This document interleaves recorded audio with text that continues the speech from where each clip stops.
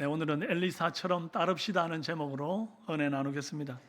악한 왕 아합이 통치하던 시대는 이스라엘이 가장 어두운 시대, 어둠이 극에 달한 시대였습니다. 여호와의 제단은 회파되었고 산들마다 바알과 아세라의 산당들이 곳곳에 들어서 있었습니다. 이스라엘 백성들은 하나님과 바알 사이에서 머뭇머뭇하는 그 정체성의 혼란을 느끼고 정말 하나님 앞에 바로 서지 못했던 그런 때였습니다. 그래서 더욱 하나님의 살아계심을 이 엘리야의 그 사역을 통해서 아주 놀라운 기적들이 많이 나타나므로 하나님이 살아계심을 보였습니다. 마치 칠흑 같은 어둠 속에서 작은 빛 하나가 더 밝게 빛나는 것처럼 죄가 더한 곳에 은혜가 더하였던 것입니다. 그러나 엘리야는 이제 모두가 다 여호와를 버리고 자기만 남았다 이런 생각을 했어요. 그래서 더 고독한 싸움을 싸웠던 겁니다. 아무리 기적을 행해도 아무리 말씀을 외쳐도 정말 돌아서는 이가 없는 그런 안타까움 속에서 낙심하여 가지고 로뎀 나무 아래서 하나님 앞에 죽기를 간구한 적도 있었습니다. 그랬던 엘리야를 하나님 나무라지 않으시고 참 수고 많이 한 엘리야를 향해 너 이제 안식하거라. 이제 다음 세대에게 네 그 무거운 사명의 바통을 넘기거라. 이리 말씀합니다. 이 엘리야는 자기만 남고 세상 사람들 다 여호와를 버렸다 생각했지만 알고 보니 하나님께서 신실한 다음 세대 일꾼을 준비시키고 계셨어요.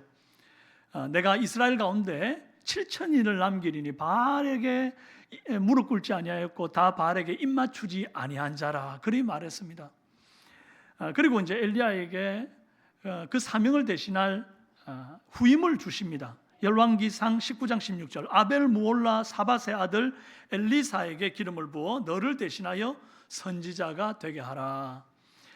여러분 엘리야 하면 뭐가 딱 떠오르죠? 이제 털 옷을 입고 가죽띠를 띤 아주 야성적인 남자, 이제 이런 걸 생각하게 됩니다.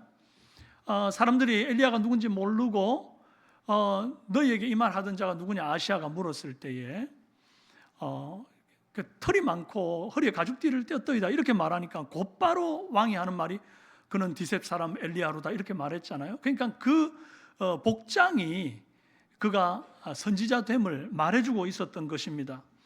이 겉옷은 선지자의 신분을 나타내는 특별한 의미의 그 털옷이에요. 마지막 선지자 세례 요한을 보면 그가 입었던 옷이 약대 털옷과 허리에 가죽띠를 띄었더라 그랬거든요. 이 선지자들의 공통적인 패션인 거죠. 이 털옷이 이제 엘리사 위에 덮입니다. 엘리야가 엘리사에게 찾아가서 털옷을 벗어서 엘리사 위에 탁 던지거든요. 이제 그가 선지자로 부름받았음을 의미하는 아주 상징적인 사건입니다. 그러나 부름받은 사건이 놀랍기는 해도 부름받았다고 바로 선지자처럼 막 활동할 수 있는 건 아니에요. 왠고하니 이제 예수님의 12제자 같은 경우에도 부름받았는데 곧바로 제자답지를 못했지 않습니까? 그래서 어떻게 해요? 3년을 예수님 따라다니면서 일거수일투족을 눈에 담고 마음에 담고 정말 삶을 훈련하는 그 시간들을 갖습니다. 결국 제자는 훈련되는 것이죠. 선지자 역시 마찬가지인 것입니다. 이제 부름받은 엘리사가 어떻게 엘리야를 따르는지를 우리가 잘 살펴보고 저와 여러분도 하나님께 부름을 받았는데 어떻게 따르는 것이 옳은가 한번 깊이 생각해 보는 시간 되기를 바랍니다. 먼저 다시는 부름을 받기 전으로 돌아가지 않겠다는 각오로 따르라 하는 것이 읽어봅시다.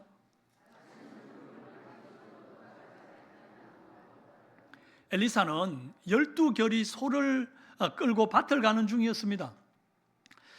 소 2마리를 한 멍에 맨 것을 한 결이라 그래요. 그냥 12결이면 몇 마리예요? 24마리. 야, 소가 많죠? 24마리로 결의에서 밭 갈 정도니까 얼마나 밭도 크고 또 그 소들을 이끄는 종들도 많고 또 소도 많고 분홍인 거예요. 분홍 엘리사는.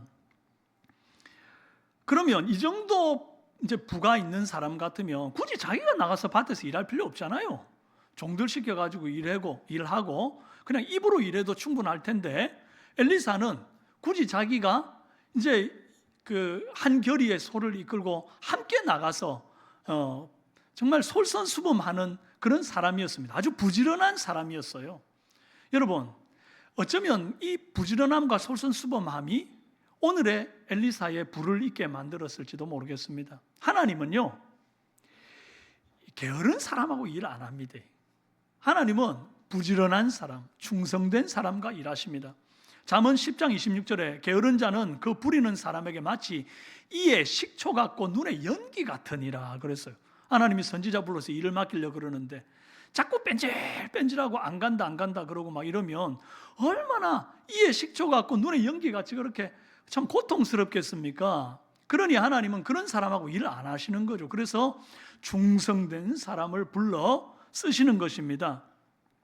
마치 다윗 같은 사람, 다윗이 그랬죠.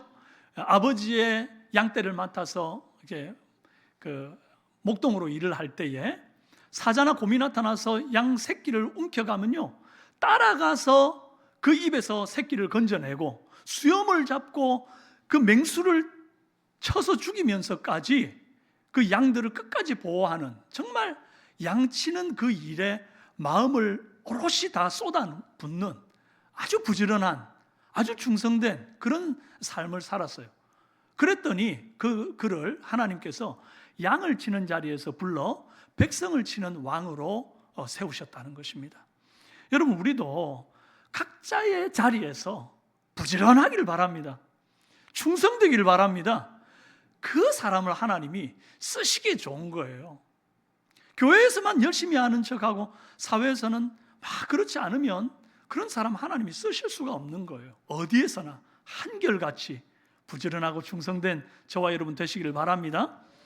엘리사는 주님의 부르심이 얼마나 엄중한 부르심인 줄을 잘 알았습니다.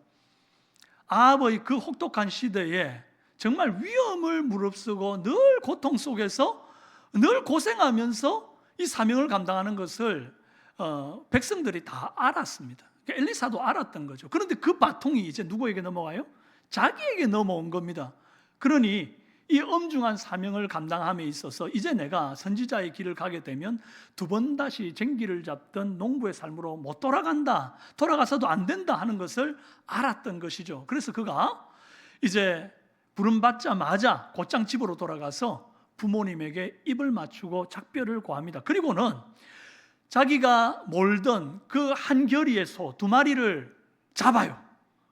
그리고는 그 소가 끌던 쟁기를 막 다 찍어가지고 쪼갭니다. 산산이 부서요. 그리고는 그것에 불을 붙여서 땔감을 삼아 고기를 삶아가지고는 함께 했던 백성들과 나누고는 작별을 하는 것입니다. 여러분, 이것이 무엇을 의미합니까?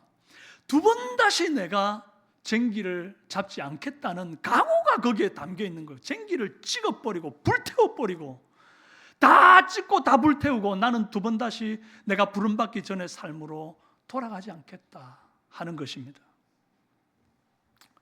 예수님께서 제자들에게 나를 따르라 말씀하셨을 때 말이죠, 누가복음 9장 62절에서 이런 말씀하십니다. 예수께서 이르시되 손에 쟁기를 잡고 뒤를 돌아보는 자는 하나님 나라에 합당하지 아니하니라 하시니라. 마치 예수님께서 자신을 따르는 제자들에게 엘리사를 한번 봐라, 엘리사가 어떻게 나를 따랐는지를 한번 봐라, 그는 쟁기를 찍어 불태우고 두 번 다시 돌아보지 않았다, 마치 그렇게 웅변하시는 것 같아요. 사랑하는 여러분, 주님이 엘리사를 부르듯 저와 여러분을 부르신 것을 믿으십니까? 믿으십니까? 우리도 같은 부름을 받았단 말이에요. 한 성령 안에 같은 부름을 받았습니다. 로마서 1장 6절에 너희도 그들 중에서 예수 그리스도의 것으로 부르심을 받은 자니라. 베드로전서 2장 21절 함께 읽읍시다. 시작. 이를 위하여 너희가 부르심을 받았으니 그리스도도 너희를 위하여 고난을 받으사 너희에게 본을 끼쳐 그 자취를 따라오게 하려 하셨느니라. 아멘. 우리는 예수 그리스도의 것으로 부르심을 받았습니다. 그러니 이제는 뒤돌아보면 안 되는 거예요. 예수님께서 우리를 위하여 고난을 받으시고 그 자취를 따라오게 하셨으니 이제는 우리 다른 건 보면 안 되고 예수님 걸어가신 그 자취만 바라보고 따라가야 하는 줄로 믿습니다. 이제 엘리사가 엘리야를 따라 수종들기를 시작합니다. 그는 스승 엘리야의 일거수일투족을 다 눈에 담아요, 마음에 담아요. 그리고 그림자처럼 쫓아다닙니다. 그러다가 이제 어느 날 엘리야가 이제 하나님의 부름을 받아서 산채로 하늘로 들려 올라가게 되는 시점을 맞이합니다. 1절에 여호와께서 회오리 바람으로 엘리야를 하늘로 올리고자 하실 때에 하나님이 엘리야를 산채로 데려가시면 곧장 데려가시면 되잖아요. 그런데 웬일인지 여기저기 들렸다가 데려가세요. 처음에 이제 길갈에서 베델로 가라 하시고, 또 베델에서 여리고로 가라 하시고, 여리고에서 요단으로 보낸 다음에 거기에서 데리고 가시는 거예요. 왜 그러셨을까? 간 곳에서 도대체 뭘 했을까요? 뭐 인생 이제 이 땅에서 삶이 마지막이니까 맛집 투어 했나요? 아닙니다. 부동산 알아본 건가요? 아닙니다. 그가 누구를 만나고 다녔는지를 보면 뭘 했는지를 알 수 있습니다. 3절에 베델에 있는 선지자의 제자들이래요. 5절에도 여리고에 있는 선지자의 제자들이 누구 만나고 다니는 거예요 지금? 선지자 제자들 만나죠. 7절에도 요단강에서 선지자의 제자 50명이 멀리 서서 바라보며, 가만 보니까 엘리야가 놀러 다닌 게 아닙니다. 선지 생도들, 그 당시 신학생들을 만나러 다닌 거예요. 이 선지자의 제자들은 누군가 하니까 아까 하나님께서 너는 모르지만 내가 바알에게 무릎 꿇지 않고 입 맞추지 않은 7,000명 남겨뒀다 했던 그 남겨둔 무리들 중에 한 무리들일 것으로 봅니다. 여러분, 갈멜살 전투 이후로 엘리야가 성경에 잘 기록에 나타나지를 않지요. 그러다가 이제 아합이 죽고 아합의 아들 아시아가 왕이 되고, 아시아가 이제 아시아가 난간에서 떨어져 가지고 죽을 상황이 됐는데 바알 세부백에 물으러 가잖아요. 그때 드디어 엘리야가 나타납니다. 그 사이에 공백의 시간 동안 엘리야가 무엇을 했는가, 그것을 알게 할 수 있는, 그것을 추측할 수 있는 본문이 바로 이 본문이에요. 그동안 엘리야는 이제 하나님께서 남겨두었다 하는 그 사람들 가운데 선지 생도들을 모아놓고 그들을 가르치는 사역을 했던 것이에요. 하나님은 엘리야를 데려가시기 전에 이 땅에서 마지막으로 돌아보게 한 사람들이 있었는데, 그가 바로 다음 세대 넥스트 제너레이션이었어요. 그들을 하나님 앞에 견고하게 세우고 말씀으로 다시 한번 당부하고 올라가는 게, 이게 그의 인생 마지막 사명인 거예요. 그리고 무엇보다 이 다음 세대 이 영적 리더십, 이제 자기를 대신하여 이 생도들을 가르치고 또 백성들을 영적으로 지도할 후임이 되는 엘리사에게 성령의 이끌림을 받는 그런 어떤 삶의 방식들을 가르치기 위함입니다. 우리도 언젠가는 여러분 회오리 바람 타고 승천하는 것은 아닐지라도 우리 하나님 전에 올라가는 날이 있겠지요. 그 전에 꼭 돌아봐야 할 중요한 사명이 있습니다. 다른 것이 아니라 우리의 다음 세대를 돌아보고 그들이 여호와 앞에 견고히 서도록 하나님 말씀을 붙드는 사람이 되도록 교훈하는 일입니다. 모쪼록 우리 삼성교회가 다음 세대를 깊이 생각하고 돌아볼 수 있는 그런 교회, 사명을 감당하는 교회 되기를 주님 이름으로 축원합니다. 다음은 멀찍이 따르지 말고 붙조차 따르라는 말씀, 한번 읽어봅시다. 자, 그런데 이상한 것이 엘리사가 엘리야를 따르는데 엘리야가 자꾸만 청하건대 너는 여기 머물라, 여호와께서 나를 베델로 보내시느니라. 청하건대 너는 여기 머물라, 여호와께서 나를 여리고로 보내시느니라. 청하건대 너는 여기 머물라, 여호와께서 나를 요단으로 보내시느니라. 자꾸 너 여기 머물러, 너 따라오지 마. 3번이나 자꾸 밀어내는 거예요. 그리고 자꾸 말끝마다 나를 베델로 보내시느니라, 나를 여리고로 보내시느니라, 나를 요단으로 보내시느니라. 이게 무슨 말입니까? 나를 보내시는 거지 너는 보내는 거 아니야. 그러니까 너는 여기 있어. 아니 왜 이렇게 섭섭한 말을 하죠? 농사 짓는 데까지 따라와가지고 겉옷 던지면서 따라오라 할 때는 언제고 이제 와서 자꾸 따라오지 말라고 밀어내는 건 도대체 무슨 경우냐 말이죠. 얼마나 섭섭하겠냐고요. 그런데 여러분, 3번이나 따라오지 말라고 물리는 장면을 보면서 딱 떠오르는 몇 가지 사건들이 있습니다. 바로 예수님께 귀신 들린 딸을 데리고 와서 고쳐달라고 부르짖었던 가나안 여인을 생각나게 해요. 이 가나안 여인이 예수님께 3번을 부르짖잖아요.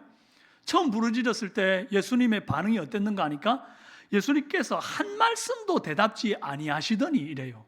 무응답, 무시. 나는 절박한데 하나님은 침묵하는 것.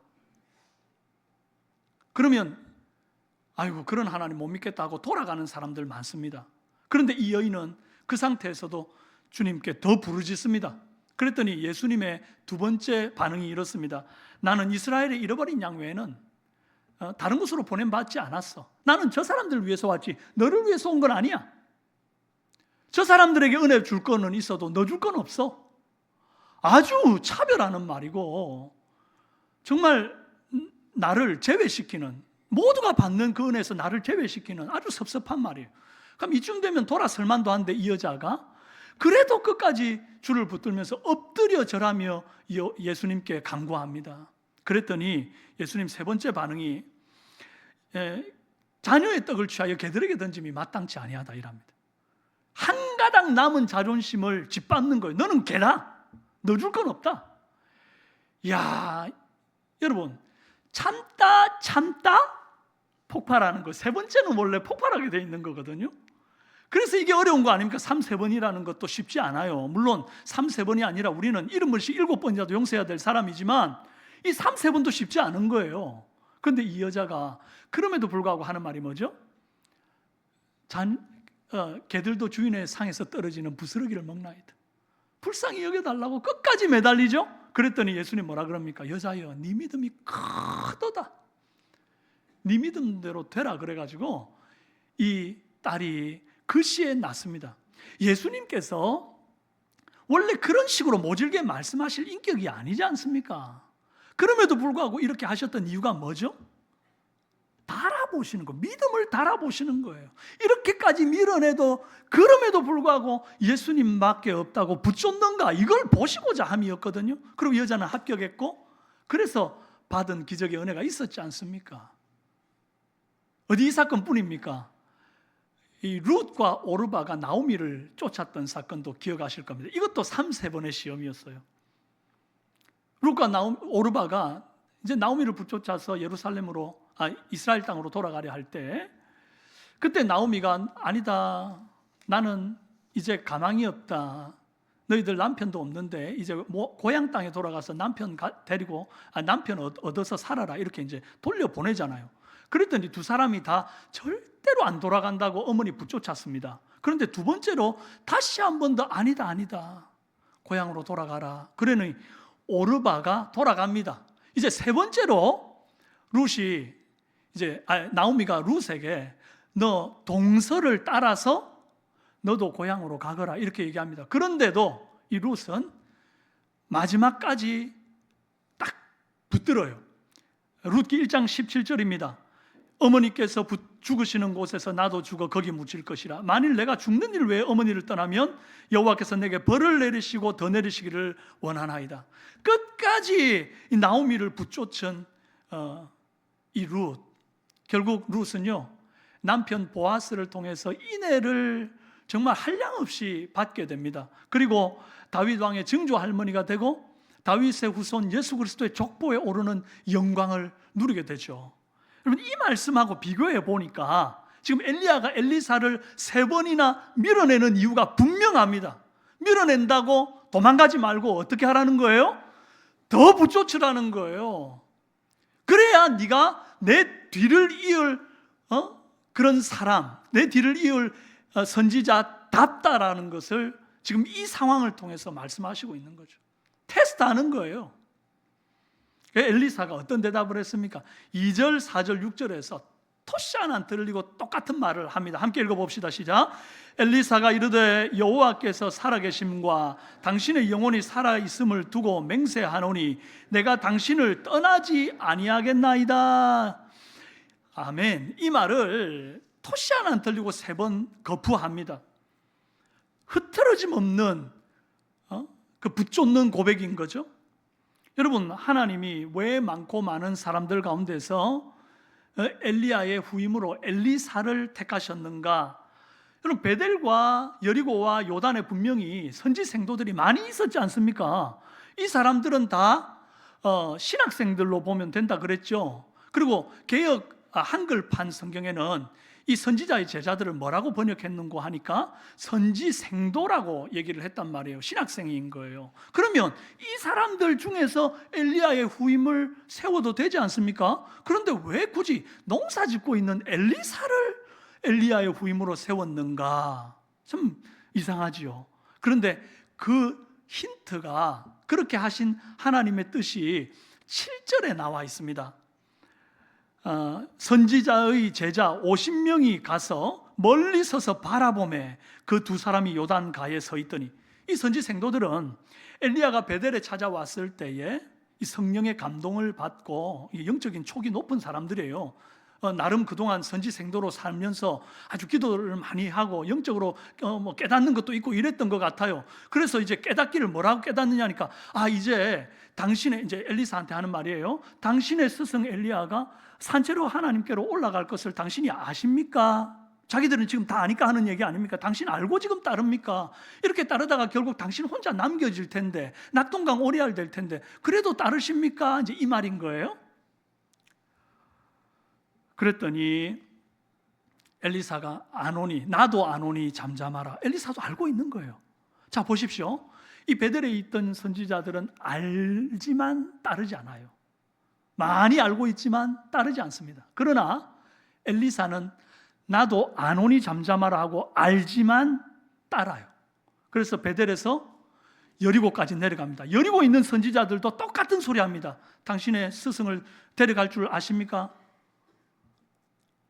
요단에 갔어요. 요단에 있는 선지자들도 똑같은 소리 합니다. 당신의 스승을 데려갈 것을 아십니까? 아노니 너희는 잠잠하라. 똑같은 말을 하죠.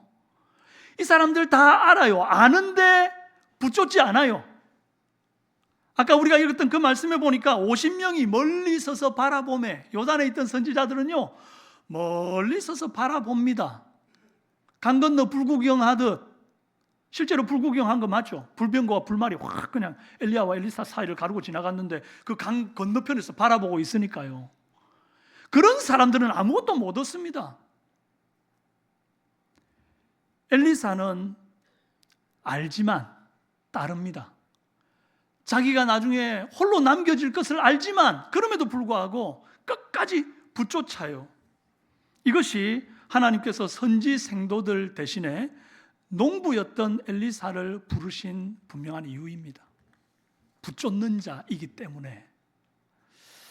여러분, 이렇게 끝까지 붙쫓는 엘리사에게 하나님이 준비한 놀라운 선물이 있었어요. 엘리사에게 묻기를, 엘리야가 이제 9절에 이렇게 물어요. 나를 내게서 데려감을 당하기 전에 네가 내게 어떻게 할지를 구해라. 뭐든지 한번 구해봐라. 그랬더니 엘리사가 재물을 구하지도 않고 힘과 권세를 구하지도 않고 딱 한 가지를 구하는데, 당신에게 성령이 역사하시는 그 역사가 갑절이나 내게 있게 하소서. 이렇게 이제 간구를 한 겁니다. 이게 이제 개역 한글 성경에서는 당신의 영감에 갑절이 내게 있기를 원합니다. 이렇게 말을 했다고요. 그런데 이 말을 들은 엘리야가 이렇게 말합니다. 네가 어려운 것을 구하는도다. 이게 왜 어렵죠? 엘리야가 그동안 했던 기적이 너무 커서, 그 사이즈가 너무 커서, 혹은 엘리야가 행했던 기적의 양이 너무 많아서 하나님이 그보다 갑절을 행하기는 이제 노쇠하셔서 안 되는 건가요? 그게 아니죠. 그게 아니죠. 하나님 못하실 게 없는 분 아닙니까? 지금 이게 어려운 이유는 뭔고 하니까, 엘리야가 자기 마음대로 성령을 마치 물건을 내가 주는 것처럼 엘리사에게 성령의 능력을 양도하는 것, 이게 불가능하다 그 말이에요. 내가 성령께 쓰임받는 사람이지 내가 성령을 좌지우지하는 존재가 아니라는 거죠. 성령의 역사라는 것은 철저하게 하나님의 주권에 달렸음을 의미합니다. 그러니 내가 어떻게 할 수 없어서 이건 참 어려운 일이야. 하나님이 주셔야만 가능해. 그 말인 거예요. 엘리사는 그럼에도 불구하고 이 어려운 것을 구하는 중입니다. 엘리사는 믿었어요. 전능하신 하나님 못하실 것이 전혀 없는 하나님. 엘리야의 갑절의 영감이라도 얼마든지 주실 수 있는 하나님, 그 하나님을 믿었기 때문에 통 크게 구한 거예요. 여러분, 오늘 저와 여러분도 엘리야가 믿는 하나님과 같은 하나님 믿고 계십니다. 엘리야가 따르는 하나님과 같은 하나님을 따르고 있어요. 여러분, 우리 하나님 째째한 분 아니에요. 기왕 구할 것 갑절의 영감을 구하십시오. 하나님은 우리가 갑절로 세속적여지기보다 갑절로 영감 있어지기를 원하고 계십니다. 얼마든지 구하십시오. 후히 주시고 꾸짖지 아니하시는 하나님이 주실 것입니다. 그러므로 여러분, 지금 자신의 영적인 상태 이대로 만족하지 마십시오. 나는 이 정도면 충분해, 이 정도 수준이면 괜찮지, 나쁘지 않지, 이리 말하지 마시고 더 큰 은혜를 사모하시고 더 큰 은사를 사모하는 저와 여러분 되기를 바랍니다. 멀찍이 따르지 말고 딱 붙조차 따라서 이와 같은 갑절의 영감을 받아 누리는 저와 여러분 되시기를 바랍니다. 끝으로 느낌과 감각을 의지하지 말고 믿음으로 따르라는 것입니다. 읽어봅시다. 엘리야가 엘리사에게 마지막으로 한 말이, 내가 승천하는 것을 네가 네 눈으로 보면 그 일이 이루어지리라. 그렇게 말. 갑절의 영감이 네한테 갈 거야. 네가 본다면. 만약에 못 보면 안 이루어져. 이렇게 말씀했어요. 그리고 이제 엘리사가 엘리야 승천하는 것을 두 눈으로 똑똑히 목격하게 됩니다. 불병과 불말이 둘 사이를 가로막고 그 다음에 회리바람으로 확 데리고 올라가는 것을 보았어요. 자, 보았으면 어떻게 돼요? 말씀대로 갑절의 영감이 자기에게 임했겠죠. 자, 그러면 이것이 임할 때 엘리사 속에 놀라운 어떤 감격과 충만한 이런 어떤 변화의 느낌들을 받았을까요? 그렇지가 않았어요. 12절 이하를 보면요, 엘리사가 막 소리를 지르고 옷을 잡아 찢는 대목이 나옵니다. 여러분, 이스라엘 백성들이 옷을 찢을 때는 좋아서 찢는 법은 없습니다. 이게 아주 비통하고 애통하고 정말 참담할 때 이것을 찢거든요. 그래서 찢으면서 뭐라 그랬느냐 하니까, 내 아버지여, 내 아버지여, 이스라엘의 병거와 마병이여, 막 소리 지르면서 이 옷을 찢는데, 엘리야를 그만큼 아버지처럼 따랐음을 의미합니다. 아버지처럼 따르고 그렇게 믿었던 엘리야가 이제 떠나버린 데 대한 상실감, 슬픔, 애통함, 마치 내 친아버지가 돌아가셨을 때 여러분 얼마나 정말 천국 간 줄 알아도 슬프잖아요. 그런 어떤 슬픔이 그 감정 안에 가득한 거예요.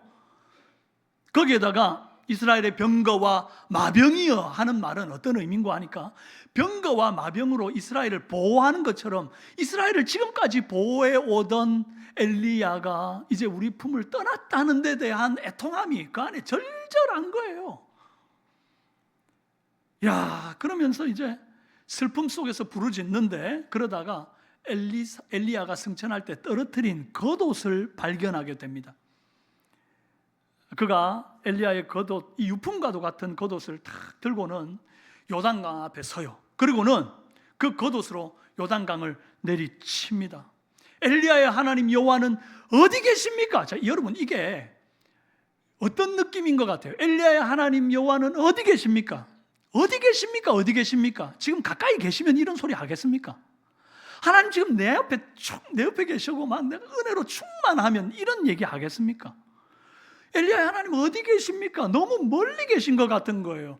갑절의 영감이 분명히 임해야 되는 게 맞는데 내 안에는 지금 슬픔과 애통만 가득한 거예요. 그러나 감정은 그렇지만, 어떤 느낌은 뭐 아무것도 없지만, 엘리사는 느낌을 의지하지 않고 믿음으로 요단강을 가르는 시도를 하게 됩니다. 엘리사가 그 겉옷으로 강물을 탁 쳐요. 이 행동이 이 본문 8절에서 엘리야가 요단강을 처음 건널 때, 엘리사와 함께 건널 때 엘리야가 자기 겉옷을 벗어서 요단강을 쳤던 행동과 똑같은 행동입니다. 만약에 엘리사가 지금 자기의 느낌을 의지하고 감각을 의지하는 사람 같았으면 요단강 앞에 서서 그걸 건널 때 어떻게 건너야 될까요? 어떻게 건널까요? 지금 아무 느낌도 없는데, 갑자기 영감이 임한 것도 없는데, 그냥 일반적인 사람이 건너듯이 그냥 걸어서 건너든지 수영해서 건널 것 아닙니까? 그런데 엘리사가 지금 요단강 앞에서 뭘 하고 있죠? 엘리야가 했던 것처럼 겉옷을 들고 그걸 내리치고 있는 거예요. 뭐 하려고? 요단강 가르려고. 뭘 붙들고? 감정은 도대체 그게 안 되는데 약속의 말씀을 붙들어요. 10절에 약속의 말씀, 그게 뭐죠? 나를 네게서 데려가는 것을 보면 그 일이 내게 이루어지리라. 이 약속을 붙들고 지금 요단강 앞에 서서 그 강물을 치고 있는 거예요. 여러분, 사실 엘리사는 생전 처음으로 요단강 가르기를 지금 시도하고 있는 것입니다. 이전까지 엘리사가 조그마한 기적이라도 한번 행한 적이 있었습니까? 없었습니다. 엘리사 인생의 첫 기적이 지금 요단강 가르기예요. 놀라운 일입니다. 감정은 지금 죽을 맛인데 믿고 따랐던 엘리야는 떠나고 없어서 절절한, 정말 애끓는 가슴, 옷을 찢고 막 눈물을 흘리고 막 엘리야의 하나님 어디 있습니까? 막 이러고 있는 그런 감정인데, 그 감정을 의지하지 않고 약속의 말씀 붙잡고, 그래, 이 약속의 말씀대로라면 분명히 내게 갑자기 영감이 임했을 거야. 그러면 나는 이 요단강을 가를 수 있다. 그러고는 가서 그 앞에서 그냥 겉옷을 탁탁 후려쳐서 요단강을 쳐요. 그런데 그 순간 놀랍게도 요단강이 엘리야 때와 동일하게 갈라지는 것입니다. 그리고 마른 땅으로 걸어서 건너오는 거예요. 할렐루야. 사랑하는 여러분, 혹 하나님이 멀리 계신 것 같습니까? 성령님 분명히 나와 함께 계시고 보증대사 늘 나와 동행하신다고 그랬는데, 여전히 내 마음에는, 내 느낌에는 참 불안하기 짝이 없고, 직장에 가도 자녀들을 바라봐도 뭐 여러 가지 형편들을 볼 때마다 낙심되는 일 투성입니까? 여러분, 감정에 속지 말고 말씀을 붙드십시오. 여러분, 감정에 휘둘리지 말고 믿음으로 여러분 앞을 가로막고 있는 요단을 가르십시오. 여러분 앞에 여러분의 모든 행보를 가로막고 있는 어떤 문제들이 있다고 한다면 여러분, 믿음의 기도로 갈라내시는 은혜 있기를 바랍니다. 주님을 따를 때 뒤돌아보지 마십시다. 우리는 부르심을 받기 전의 삶으로 두 번 다시 돌아가지 않아야 하는 부름받은 사람입니다. 쟁기를 손에 잡으면 안 됩니다. 어떻게 해야 돼요? 다 찍어버리고 다 태워버리고 주님만 붙쫓아 나가야 합니다. 남들이 멀리 봐도 나는 주님께 딱 붙어 따르는 그런 사람 되어야 합니다. 그럴 때에 정말 주께서 놀라운 은혜의 축복을, 놀라운 기적의 경험을 우리의 삶 가운데 날마다 허락하실 줄로 믿습니다. 이 주님을 붙잡는 우리 삼성교회 모든 성도들 되시길 주님으로 축원합니다. 이 시간 우리가 함께 찬송을 하나 부를 텐데, 옛날 우리 어르신들이 많이 부르던 찬송입니다. 주님 뜻대로 살기로 했네. 이 찬송 부르고 함께 기도했으면 좋겠습니다. 천천히 불러봅시다.